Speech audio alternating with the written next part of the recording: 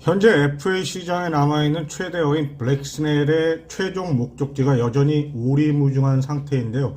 스넬의 영입과 관련해 한동안 말이 많았고 현재도 가능성이 높다고 보는 양키스에 이어 시애틀이 스넬의 영입 후보팀으로 거론이 되고 있습니다. 어제 미국 프로스포츠 인사이더 짐 보드는 자신의 트위터에 많은 팀들이 시애틀의 선발 로테이션과의 트레이드에 대해 관심을 보이고 있고 이에 대해서 시애틀도 어느 정도 고려를 하고 있다고 밝혔는데요. 현재 시애틀의 문제는 지난 시즌 타선에서 활약했던 테오스카 에르난데스와 에우에니오 수아레스가 각각 다저스와 애리조나로 떠난 후 그들의 빈 공백을 아직까지 채우지 못하고 있다는 것입니다. 팀의 라인업을 보시면 중심에서 팀의 타선을 이끌어줄 타자의 부족함을 느끼게 되실 텐데요. 이에 대한 전력 보강을 팀의 선발 투수의 트레이드로 업그레이드를 시키면 어떨까 하냐는 이야기인 것 같습니다. 시애틀은 최근 팀의 2선발이었던 로비 레이를 샌프란시스코로 트레이드를 시키면서 현재 로테이션은 카스티오, 길버트, 커비 그리고 아직까지 확정되지 않은 4, 5선발인 밀러와 우로 일단 꾸며져는 있는데요. 팀의 선발 투수들 중 카스티오를 제외하면 나머지 투수들 모두 계약 기간이나 연봉 면에서 메리트가 큼으로써 트레이드를 통해 탑티어 타자나 특급 유망주들의 영입을 시도할 수 있다는 것입니다. 이와 관련해서 흥미로운 점은 시애틀이 선발 로테이션을 이용해 팀의 타선을 업그레이드 시키는 것은 물론 그저 남의 일일 것 같다고 여기던 스넬의 영입도 이 트레이드를 통해 생기는 선발 로테이션의 공백을 자연스럽게 메울 수 있게 된다는 것이죠. 특히 시애틀이 고향인 스넬이 시애틀과 계약을 할 것이라는 이야기가 오프 시즌이 시작되면서 많이 나왔었는데 시애틀은 어쩐지 스넬과의 계약에 대해 주춤하며 적극적인 관심을 보이지 않고 있었습니다. 만약에 시애틀이 스넬을 영입한다는 가정하에 최근 4년간 레이와 스넬을 비교하면서 이득과 손실이 뭐가 있는지 보면요. 성적은 거의 큰 차이를 보이지 않아서 득과 실이 그렇게 크진 않아 보입니다. 홈런을 더 주느냐 아니면 볼넷을 더 내주느냐의 차이가 있기는 하지만요. 둘 다 사형상 수상자 출신이라는 것도 그렇고요. 다만 이 경우 스넬의 계약 기간이나 총액에 따라 시애틀 구단에 주는 페이롤의 영향은 좀 달라지겠죠.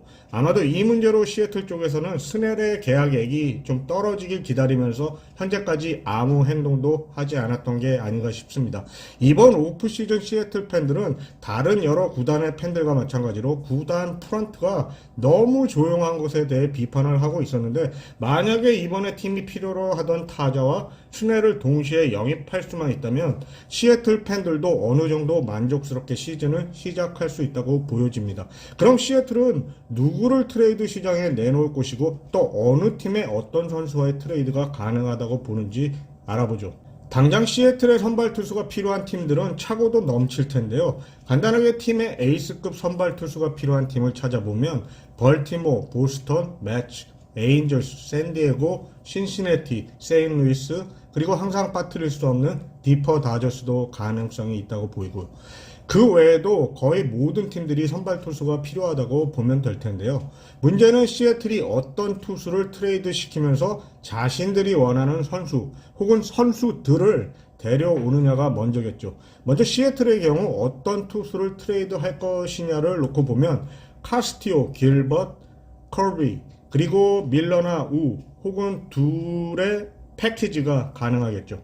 내가 시애틀의 디포토 단장이라면 과연 어떤 선택을 할까요? 먼저 카스티오의 경우는 연평균 약 2,200만 달러의 연봉이 2027년까지 지급될 예정인데 당장 팀의 에이스가 필요한 팀이라면 당연히 카스티오와의 트레이드를 원한다고 보시면 되는데요. 벌티모, 보스턴, 매치, 에인절스, 샌디에고, 샌프란시스코 등 여러 팀들이 있을 텐데요. 우선은 컨텐더가 아니면 카스티오와의 영입이 당장 필요가 없을 것이기 때문에 매치, 샌프란시스코와 에인절스는 제외하고 보죠.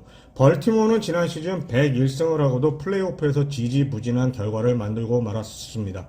이런 팀이 이번 FA 시장에서는 아주 손을 놓고 있었는데 결론은 차고 넘치는 유망주들을 포함해 외야수 산탄데어나 멀린스를 패키지로 해서 카스티오를 영입할 수 있지 않을까 합니다. 보스턴 같은 경우는 제가 얼마 전에 게시판에서도 알려드렸듯이 크레이크 브레슬로우 보스턴 단장이 현재 트레이드 시장에 많은 관심을 가지고 있고 특히 팀의 에이스감을 찾는다고 했는데요. 실제로 팀의 에이스가 필요한 보스턴으로서는 카스티오를 영입하기 위해 큰 딜도 가능하고 이번 시즌 리빌딩을 한다고 생각한다면 커비와의 트레이드도 가능해 보입니다.